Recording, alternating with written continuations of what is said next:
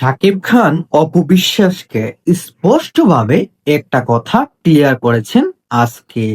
তিনি বলেছেন অপুর এই বোকামোর কারণে হয়তো আর কখনোই একসাথে এক জুটিতে দেখা যাবে না শাকিব খান এবং অপু বিশ্বাসকে। আজ সংবাদ মাধ্যমে স্পষ্টভাবে তিনি এই বিষয়টা ক্লিয়ার করলেন, কারণ অপু বিশ্বাস এর আর শাকিব খানের কথা ছিল তাদের বেবি হবে, সেটা একান্তই থাকবে।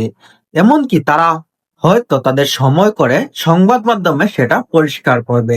কিন্তু অপবিশ্বাস বিভিন্ন মানুষের কথা শুনে, বিভিন্ন কাছের মানুষের কুপরামর্শ শুনে সে হঠাৎ করে সোশ্যাল মিডিয়ায় চলে আসে।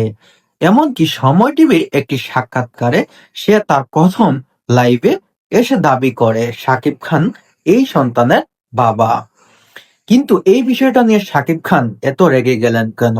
শাকিব খান চেয়েছিল সেও যেন সেই জায়গায় উপস্থিত থাকতে পারে এবং তাদের সন্তানকে দুজন মিলেই প্রেজেন্ট